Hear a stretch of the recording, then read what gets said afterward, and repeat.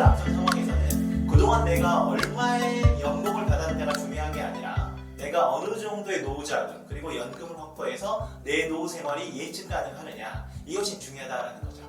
자, 그렇다면 노후자금을 많이 모은 사람은 과연 어떤 특징이 있을까요? 누구도 할 수 있는 겁니다. 어떻게 보면 희망적이지 않습니까? 안녕하세요. 저는 손호철이라고 합니다.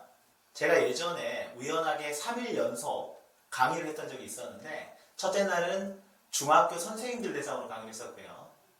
두 번째 날은 임금 피크제에 들어가는 이제 공기업 선생님들, 그리고 마지막 날은 갑자기 인사 조치를 받아서 거의 나가라는 식의 대기업 임직원들 대상으로 강의를 했었습니다. 퇴직 예정의 중학교 선생님, 그리고 공기업, 그리고 대기업. 현직에 있을 때는 누가 연봉이 셌을까요? 당연히 대기업이 가장 많이 받았을 거고, 그 다음에 공기업이고, 그 다음에 선생님일 겁니다. 하지만 은퇴 이후에는 어떻게 될까요?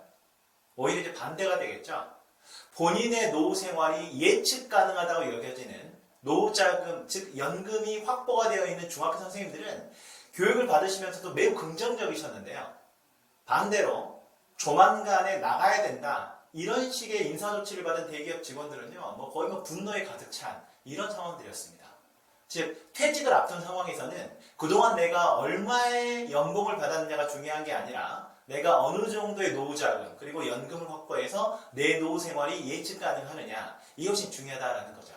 자, 그렇다면 노후자금을 많이 모은 사람은 과연 어떤 특징이 있을까요? 모건 하우젤의 돈의 심리학을 보면 로널드 제임스 리드라는 사람이 나옵니다. 매우 평범하신 선생님이시거든요. 미국 버먼트주 시골에서 출생을 하셨고요. 고등학교 졸업하신 다음에 주유소에서 25년간 자동차를 소지하셨습니다. 그리고 JC 페니백화점에서 17년간 청소를 하셨고요.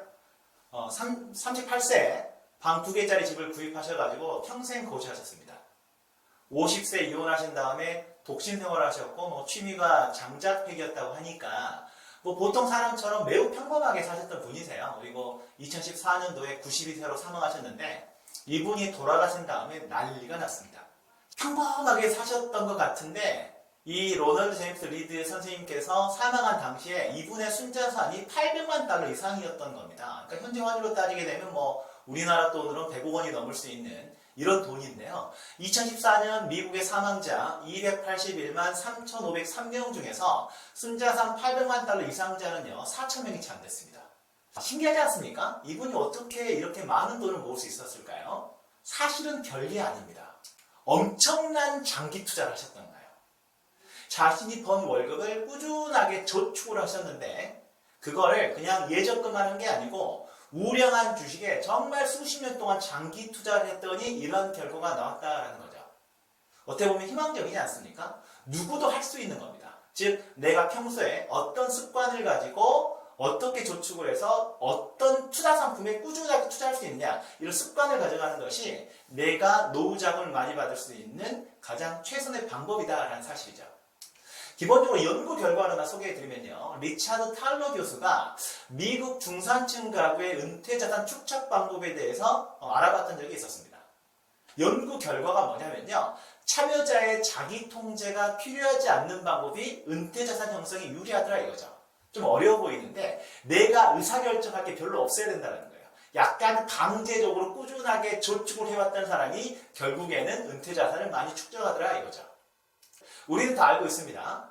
국민연금을 가입한 사람보다도 공무원들이나 선생님들이 훨씬 더 많은 연금을 받는다는 사실을 알고 있는데, 근데 일반 직장인이건 아니면 공무원들이건 내가 공적연금에 저축하는 것이 내 의지대로 하는 게 아니죠. 그냥 강제적으로 되는 겁니다. 즉, 강제적으로 더 많이 떼서 저축하는 사람이 결국은 많은 연금을 받아가더라 이거고요.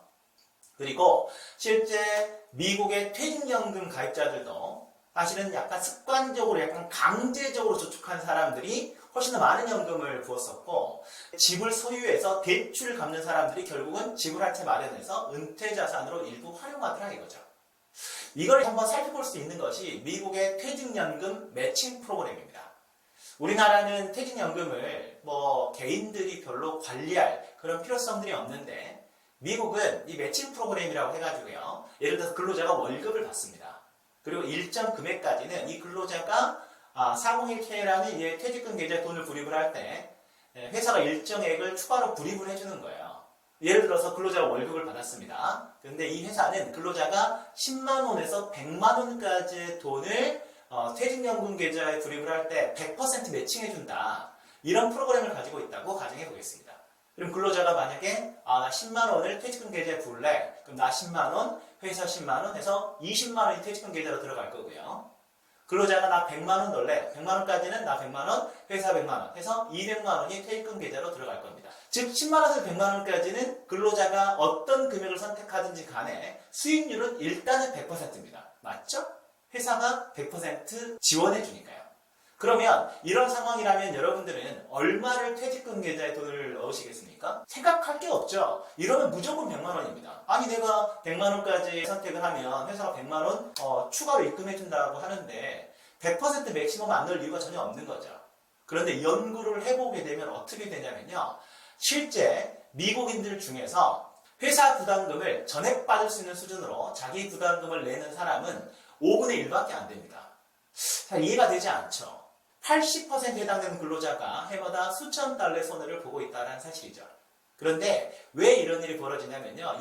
월급 받은 초기가 중요합니다. 즉 월급 받은 초기에 이건 회사가 그냥 주는 돈이니까 나 그냥 맥시멈 돈 낼래. 이렇게 의사결정. 즉 첫 달부터 그냥 100만 원씩 내버린 사람들은 꾸준하게 돈을 내는데요. 그게 아니라 첫 달부터 쓰기 바빠가지고 저축을 계속적으로 뒤로 미뤘던 사람들은 결국은 회사 부담금을 전액받을 수 있는 수준으로 돈을 불입하지 않더란 사실이죠. 이런 것 때문에 약간은 강제적으로 노후 자금을 모을 수 있는 세이브 모아 투모 프로그램이라는 것을 리차드 탈러 교수가 만들었습니다. 첫 번째는 뭐냐? 일단 직원들은요. 급여 인상이 되기 상당히 전부터 나는 나중에 월급이 올라가면 퇴직연금에 불입하는 돈을 높일 거야. 여기에 미리 동의를 해놓는 겁니다. 자, 두 번째. 그리고 근로자들이 퇴직연금에 가입한 다음에 급여가 인상이 되잖아요? 그러면 예전에 약속한 대로 자동적으로 퇴직연금에 불입하는 기여율이 높아지죠. 그리고 퇴직금 기여율이 미리 설정된 최대치에 도달할 때까지 이 기여율은 계속적으로 인상이 되고 직원들은 언제든지 계획에서 빠질 수 있지만 한번 퇴직금을 많이 불입하기로 결정한 직원들은요. 이 금액을 낮추는 걸 싫어합니다. 자, 어떻습니까? 노후자금을 많이 모은 사람들 사실 어떻게 보면 매우 단순하죠. 내가 가지고 있는 돈의 일정액을 월급 받은 바로 그날에 꾸준하게 자동적으로 저축할 수 있느냐 없느냐 여기에서 결정될 수 있으니까 참고하셔서 약간의 강제적인 저축 계획을 세워보셨으면 좋겠습니다. 감사합니다.